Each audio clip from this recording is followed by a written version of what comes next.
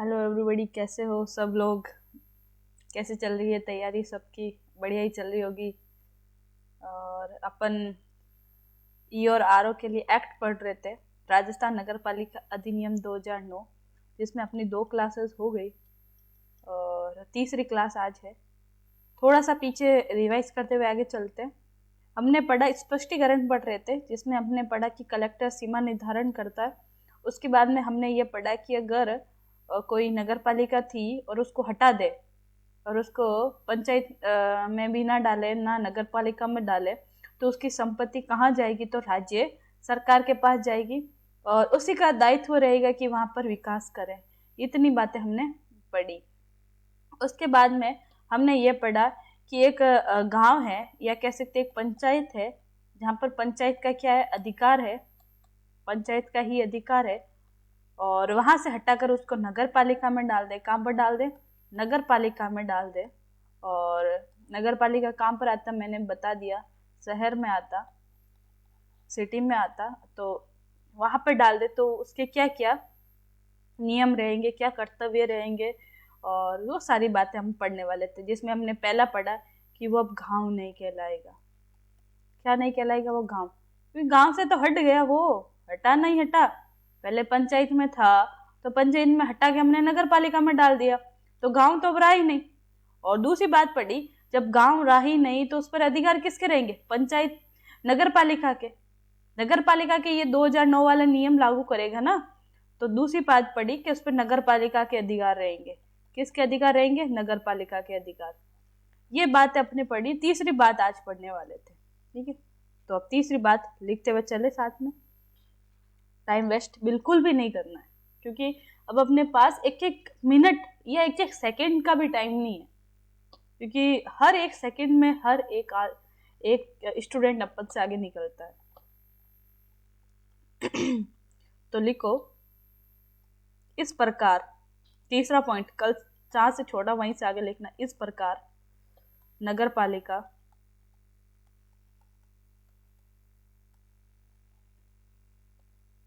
में घोषित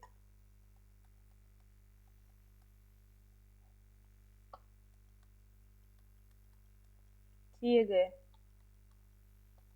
गांव, मतलब नगर पालिका में जो डाला गया गांव है ना, वो कि ऐसे क्षेत्र का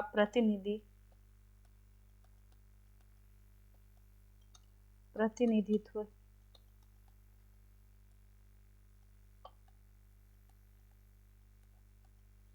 करने वाले सरपंच, उप सरपंच,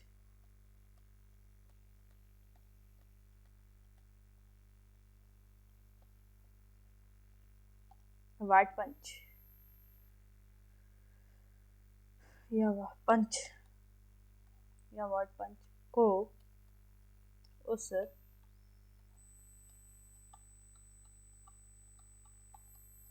नगर पालिका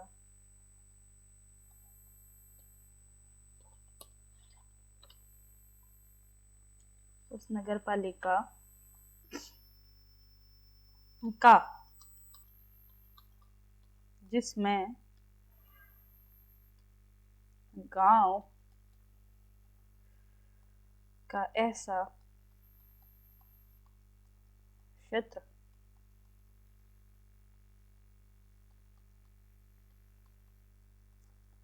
शामिल किया गया है, अतिरिक्त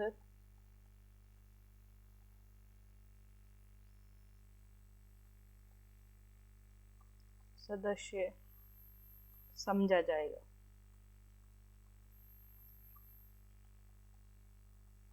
देखो, मैं आपको डायरेक्ट ही बातें समझा सकती हूँ, पीडीएफ लाऊं और यहाँ आके समझाऊं और इतना लिखाऊं, पर देखो इसमें आपके फायदा है, आप मेरे साथ साथ लिखोगे तो आपको बोर भी नहीं लगेगा पीडीएफ से लिखना, और पीडीएफ से पढ़ा भी नहीं जाता, क्योंकि अगर पढ़ने वाला होता तो वो एक्ट की बुक्स भी लाके अपन पढ़ सकते हैं, पर नहीं। इस प्रकार से अगर अपन करेंगे ना तो अपना फायदा है, साथ में लिख लोगे, और जैसे मैं बहुत धीरे धीरे लिख रही हूँ वैसे भी और साथ में लिख के जैसे यहाँ पे आएंगे अपन अगला वाला समझ लेंगे, फिर समझ के आगे करेंगे आराम से धीरे धीरे। तो देखो इसमें ये बात की गई है, जैसे अपन कोई क्षेत्र है, यहाँ पे समझो जैसे अपना ये कोई पंचायत का क्षेत्र है, गांव है, और उस गांव को अपन ने नगर पालिका में डाला। किस में डाला? नगर पालिका में। नगर पालिका में डालते ही वो क्या बन गया? शहर बन गया। और यहाँ से जो सरपंच चुने गए, उप सरपंच या पंच, जितने भी लोग चुने गए, उनका कार्यकाल तो बचेगा ना। उनका अगर कार्यकाल बचता है कितना भी साल, और वो यहाँ के जितने भी प्रतिनिधि है वो अब नगर पालिका के प्रतिनिधि या एक सेकेंड नगर पालिका के प्रतिनिधि कहलाएंगे। किसके प्रतिनिधि कहलाएंगे? नगर पालिका के। तो एक बार पढ़ते हैं। इस प्रकार नगर पालिका में घोषित किए गए गांव कि ऐसे क्षेत्र का प्रतिनिधित्व, जितने भी वहां के प्रतिनिधि कौन?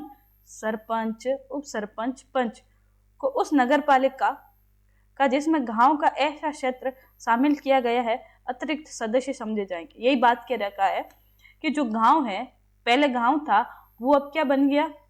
शहर या नगर पालिका में उसको हमने शामिल कर दिया।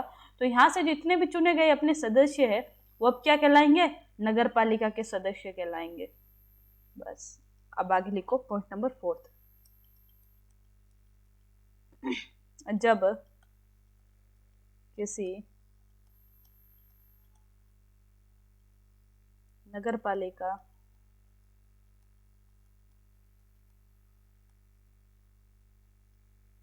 में संपूर्ण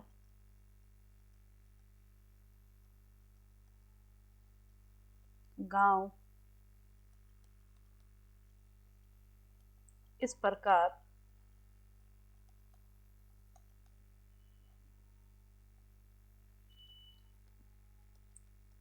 शामिल किया जाए उसे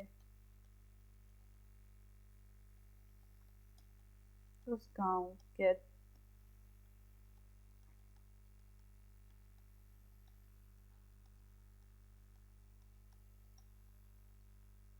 बस्तियों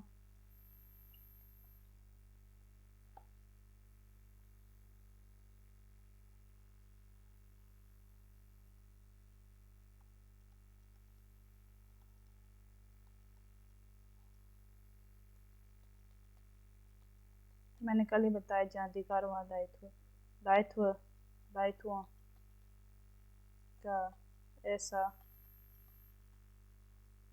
भाग जिसके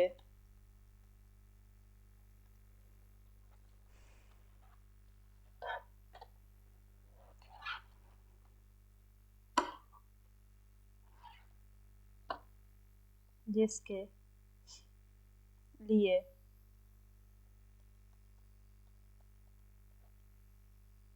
इसके लिए राज्य सरकार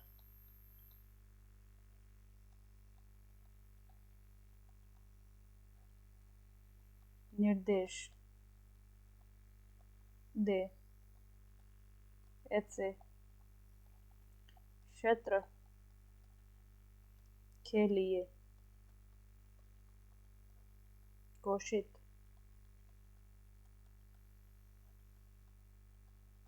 नगर पालिका को जिसमें गांव का ऐसा क्षेत्र शामिल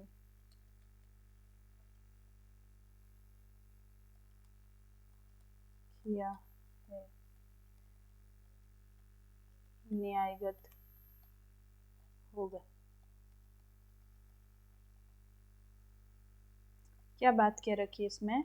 ये बात कह रखी है जब किसी नगर पालिका में संपूर्ण जितना भी अपन ने जो दिया है, अपन ने जिस गांव को अपन ने नगर पालिका घोषित किया है वो पूरा गांव इस प्रकार शामिल किया जाए उस गांव के अधिकार। अब मेरे को बताओ, अगर अपन किसी गांव या किसी क्षेत्र को नगर पालिका घोषित करते हैं तो उसके अधिकार भी कि वहाँ के जितने भी राजस्व या वहाँ के यहाँ की जो जमीन है सारी चीजें नगर पालिका में शामिल होगी। दूसरी बात ये कि उनके दायित्व, वहां पर विकास का काम, जितना भी काम होगा वो किसका होगा, अब नगर पालिका का होगा। तो क्या बात के रखिए, अधिकार और दायित्व, अधिकार और दायित्व का एक ऐसा भाग जिसके लिए राज्य सरकार निर्देश दे। ऐसे निर्देश तो राज्य सरकार ही देती है ना। अगर अपन को कोई बिल या कोई भी अपन को अधिकार चाहिए या कोई भी दायित्व अपन का विकास करना, तो अपन किसके पास जाएंगे, राज्य सरकार के पास जाएंगे। निर्देश दे ऐसे क्षेत्र के लिए घोषित नगर पालिका को, जिसमें गांव का ऐसा क्षेत्र शामिल क्या है, वो न्यायगत है। मतलब ये बात कह रखा है कि जैसे कोई ए है, क्षेत्र है, उसको अपन ने नगर पालिका में डाला, ये गांव है और उसको अपन ने नगर पालिका में डाला है, तो फिर उस पर किसका अधिकार और किसका दायित्व रहेगा, किसका अधिकार और किसका दायित्व रहेगा, पंचायत का रहेगा या नगर पालिका का। हमने कल ही पढ़ा कि उस पर कोई सी भी प्रकार का पंचायत का कोई अधिकार नहीं रहेगा, नगर पालिका का रहेगा। और नगर पालिका किसके पास जाएगी वो दायित्व लेने के लिए, राज्य सरकार के पास। किसके पास जाएगी, राज्य सरकार के पास। राज्य सरकार उनके क्या देगी, निर्देश देगी। और ये सारी बातें जो निर्देश देगी और उन पर नगर पालिका अपने विकास कर सकती है, वो एक तरह से क्या रहेगा, न्यायगत रहेगा, एकदम सटीक रहेगा। संविधान में ये सारी बातें लिख रखी है। ओके, आगे पढ़ते हैं हम। नेक्स्ट लिखो पॉइंट नंबर 5। किसी गांव को नगर पालिका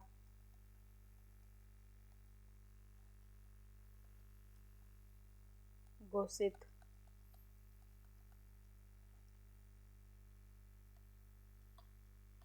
करके इस प्रकार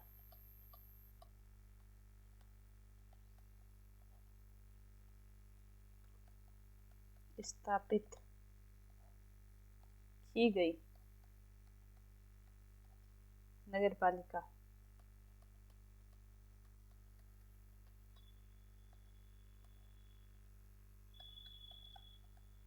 इसे कर लागू करेगी, जो इसे अधिनियम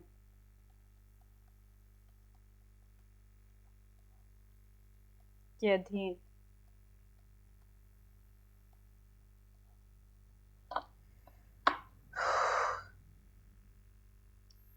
विधि पूर्वक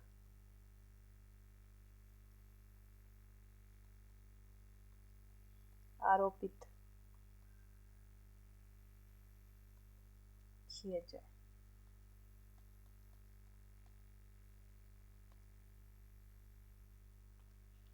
क्या बात दे रखी है इसमें कि किसी गांव, क्या बात दे रखी है, अगर किसी गांव को अपन नगर पालिका घोषित कर दे, किसी गांव को अगर अपन नगर पालिका घोषित कर दे,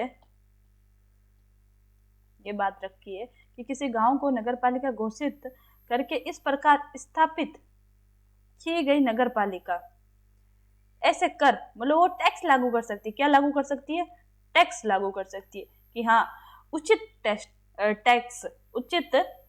लागू कर सकती है। अपनी मन मर्जी नहीं रहेगी, लेकिन हाँ एक उचित टैक्स वो लागू कर सकती है, जो इस अधिनियम, जो अपन रूल पढ़ेंगे, जो भी अपन 2009 के जितने भी अपन नगर पालिका के रूल पढ़ेंगे, कि अधीन विधि पूर्वक अधिरोपित किए जाएंगे। ये बात कह रखी है कि अगर कोई गांव है, हम उसको नगर पालिका घोषित कर दे, क्या कर दे, नगर पालिका घोषित कर दे, तो उस पर वही टैक्स लगेंगे। कौन से टैक्स, जो इस अधिनियम के अधीन रहेंगे। किस अधिनियम के तहत, 2009 के तहत। फिर वो पंचायत वाले अधिनियम लागू नहीं रहेंगे, पंचायत वाले जो भी रूल रहेंगे वो लागू होंगे ही नहीं, तो उन पर वो टैक्स कैसे लगेंगे। सही बात है ना। उनके जब नियम ही लागू नहीं रहेंगे पंचायत के, वो पंचायत से हट ही गई, पूरी पंचायत से क्या हो गई, हट ही गई, वो नगर पालिका में आ गई है, तो नगर पालिका के रूल लागू रहेंगे। और जब नगर पालिका के नियम उस पर लागू है, कौन से नियम, 2009 के अधिनियम, उस पर लागू है तो उस अधिनियम के तहत जो भी टैक्स है लगेगा वो इस पर लागू रहेंगे। एक बार वापस समझा दूं कि एक गांव है, उसको हमने नगर पालिका घोषित कर दिया और उस घोषित किए गए नगर पालिका पर टैक्स या राजस्व कौन से लगेंगे?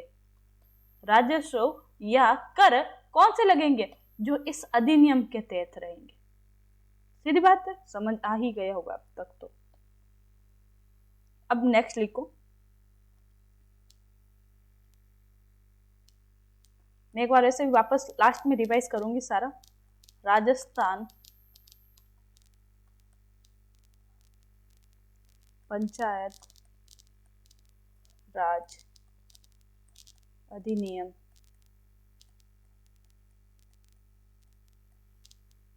1994 के अधीन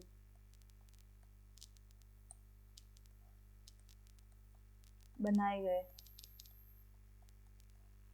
समस्त नियमों, अधिसूचना, आदेश तथा उपविधियों के अधीन ऐसे क्षेत्र नहीं रहेंगे।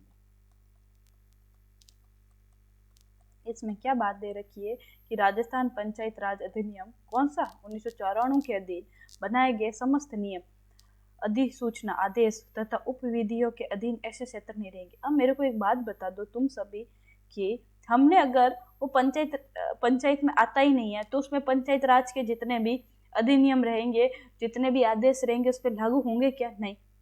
हमने पहले ही पढ़ लिया कि नगर पालिका के अधिनियम लागू होंगे, नगर पालिका के टैक्स लागू होंगे उस पर। 2009 का जो अधिनियम है नगर पालिका का वो लागू होगा उस पर, ये लागू ही नहीं होगा उस पर। तो ये बात कह रखी है बस अपन को समझाने के लिए। अगर ऐसा सही तो छोड़ दे तो भी उस पर लागू होगा क्या? नहीं। ऑप्शन आए, क्वेश्चन आ जाए ऐसा कि तो भी उस पर लागू होंगे क्या? नहीं भाई, नहीं होंगे लागू। फिर अब लिखो पॉइंट नंबर 9। ये खत्म हो गया, स्टार्टिंग दूसरा वाला पॉइंट नंबर 9 लिखो। गांव के किसी भी क्षेत्र को नगर पालिका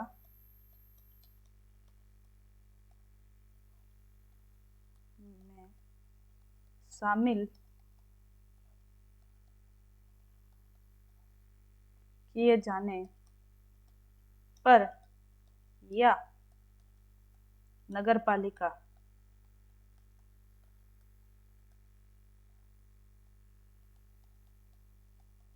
घोषित किए जाने पर राज्य सरकार लिखित आदेश द्वारा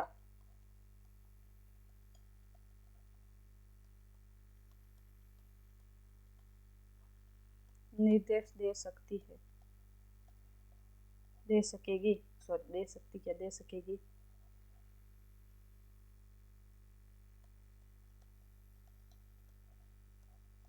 जो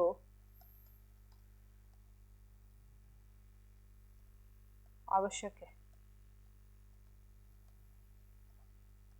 अब मेरे को बताओ, ये कोई गांव है और उसको अपन नगर पालिका में शामिल करते हैं या उसको नगर पालिका घोषित करते हैं, तो उसके निर्देश या आदेश कौन देगा कि ऐसा करना चाहिए? सीमा तो तय कौन करेगा? कलेक्टर करेगा। लेकिन आदेश कौन देगा? राज्य सरकार देगी। देगी नहीं देगी? हमने कल क्या पढ़ा कि कलेक्टर उसकी सीमा निर्धारित करेगा या उसके द्वारा मनोनीत किया गया अधिकारी कहां पर जाएगा? राज्य सरकार के पास जाएगा। तो अंतिम निर्देश कौन देगा? राज्य सरकार देगी। ये इतनी बात। हमने धारा 3 पढ़ ली और धारा 3 में सारी बातें पढ़ ली। एक बार सारा रिवाइज कर लेंगे। अब बाकी धारा बहुत छोटी छोटी सी, इतनी भारी नहीं है, बहुत छोटी छोटी सी धाराएं हैं। अब तो एक बार रिवाइज कर लेते सारा। एक मिनट सॉरी।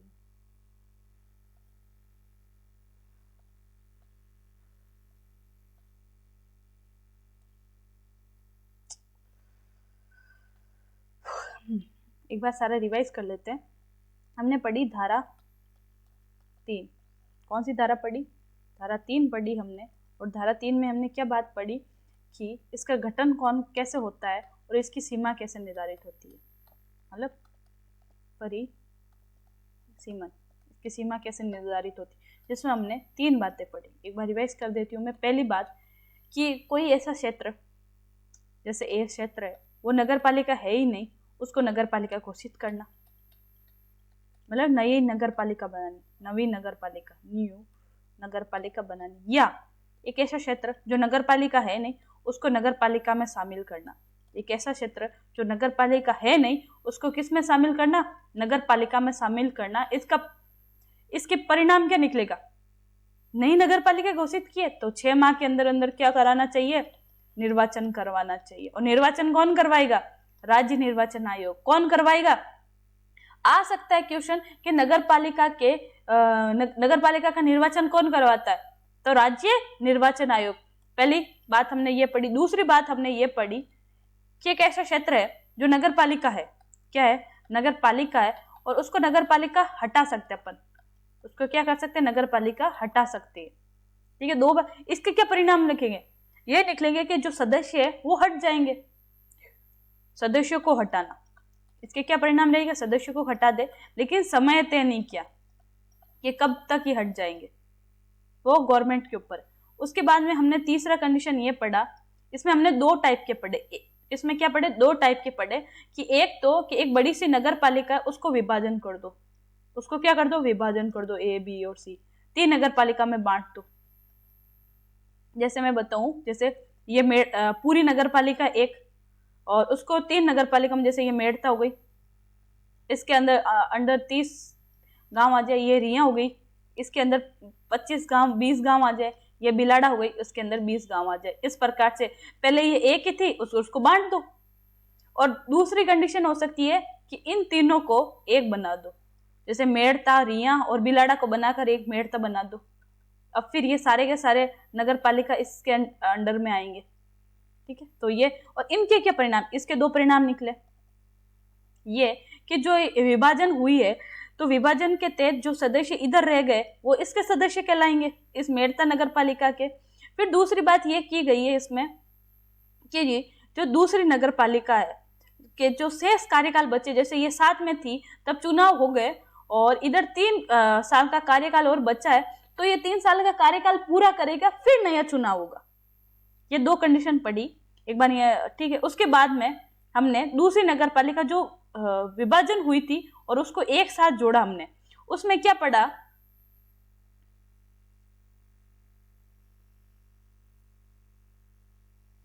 ये पढ़ा कि जो अपने ये नगर पालिका है 7 में हुई है, पहला पढ़ा कि जो इसके नियम होंगे, जो 7 में हुई है, जो इसके नियम होंगे वो इस पे लागू होंगे, जो इसके नियम है वो इस पे लागू होंगे। दूसरी बात ये पढ़ी कि इनका जो भी कार्यकाल बचा हुआ है, जो कार्यकाल बचा हुआ है, जो ये कार्यकाल बचा था वो पूर्ण करेंगे, फिर नया चुनाव करेंगे, जैसे इस पर इसमें था सेम टू सेम। ये 3 बातें हमने पढ़ी। उसके बाद में हमने स्पष्टीकरण पढ़ा।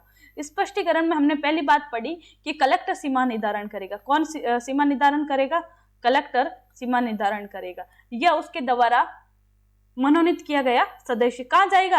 राज्य सरकार के पास, और राज्य सरकार निर्देश देगी, राज्य सरकार पत्र निकालेगी या आदेश देगी, वो राज्य सरकार पर डिपेंड। लेकिन सीमा कौन निर्धारण करेगा? कलेक्टर। तो इसमें भी 2 प्रकार के प्रश्न है। पहला, सीमा निर्धारण कौन करेगा? कलेक्टर। लेकिन निर्देश या आदेश कौन देगा? राज्य सरकार। और चुनाव कौन करेगा? राज्य निर्वाचन आयोग। दूसरी बात हमने पढ़ी, कोई अगर पृथक की भी है, जैसे मैंने कल ही बताया कि 2 नगर पालिका बीच में कोई उद्योग वाला कोई या विकास हुआ ये विकास चल रहा है और इन दोनों के बीच में मतभेद हो रहा है, तो उस पर किसका अधिकार होगा? राज्य सरकार का। और वो दोनों नगर पालिका से क्या हो जाएगी? पृथक हो जाएगी। मतलब कि ये राज्य नगर पालिका अधिनियम उस पर लागू नहीं रहेगा, डायरेक्ट ये किसका अधिकार रहेगा? राज्य सरकार का अधिकार रहेगा। तीसरी बात हमने क्या पढ़ी? ये पढ़ी तो कोई नगर पालिका है, क्या है? कोई नगर पालिका है जो ये अपने पृथक हुई है, तो इसके दायित्व, इसके विकास के काम, कभी विकास का भी तो काम होगा, इसके जो अधिकार है वो टैक्स है वो किसका होगा? पूरा राज्य सरकार का अधिकार रहेगा। प्रश्न आ जाए कि पृथक हुई हुई नगर पालिका पर किसका अधिकार रहेगा? राज्य सरकार का। अगर दो नगर पालिका के बीच में मतभेद वाली जमीन है या मतभेद वाला कोई भी क्षेत्र है, वो किसके अधीन आएगा? राज्य सरकार के अधीन आएगा। उस पर अंतिम निर्णय कौन लेगा? राज्य सरकार रहेगी। उसके बाद में हमने लिखा ये देखा कि दो नगर पालिका है, ठीक है, और इन जो ए नगर पालिका पहले नगर पालिका नहीं थी और उसको कोई क्षेत्र है वो नगर पालिका नहीं थी और उसको नगर पालिका में हमने डाला, तो जिस तारीख से डाला, जिस तारीख से उसको शामिल किया, उस तारीख से इसके जितने भी नियम होंगे उस पर लागू रहेंगे। पहली बात हमने ये पढ़ी। उसके बाद फिर हमने देखा कि कोई गांव है जो पंचायत के अंडर आता है, उसको हमने नगर पालिका घोषित कर दे तो क्या क्या उसके नियम रहेंगे? पहला कि वो अब गांव नहीं कहलाएगा। दूसरा कि उसमें पंचायत का कोई अधिकार नहीं रहेगा, नगर पालिका का अधिकार रहेगा। तीसरा, दायित्व और अधिकार नगर पालिका के रहेंगे, जो और नगर पालिका का अधिनियम ही उस पर लागू होगा। कौन सा? 2009 अधिनियम लागू रहेगा। और जो भी टैक्स होगा उस पर राजस्व का जो अधिकार रहेगा वो भी नगर पालिका का रहेगा और नगर पालिका के ही अधिनियम के तहत उस पर राजस्व लगेंगे। और ये सारे निर्देश कौन देगा? राज्य सरकार देगी। ये हमने अभी तक बातें पढ़ी। आई होप आपको सारी बातें समझ आई है। अब धारा 4, धारा कौन सी? 4। और धारा 4 में क्या बातें दे रखी है? वैसे धारा 4 इतनी बड़ा नहीं है, लेकिन फिर भी मैं हेडिंग लगा दूं, बाकी अपन कल पढ़ेंगे। नगर पालिका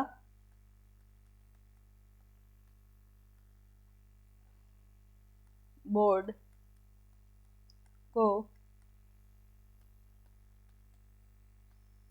अधिनियम के ऐसे उपबंध से छूट देने की शक्ति।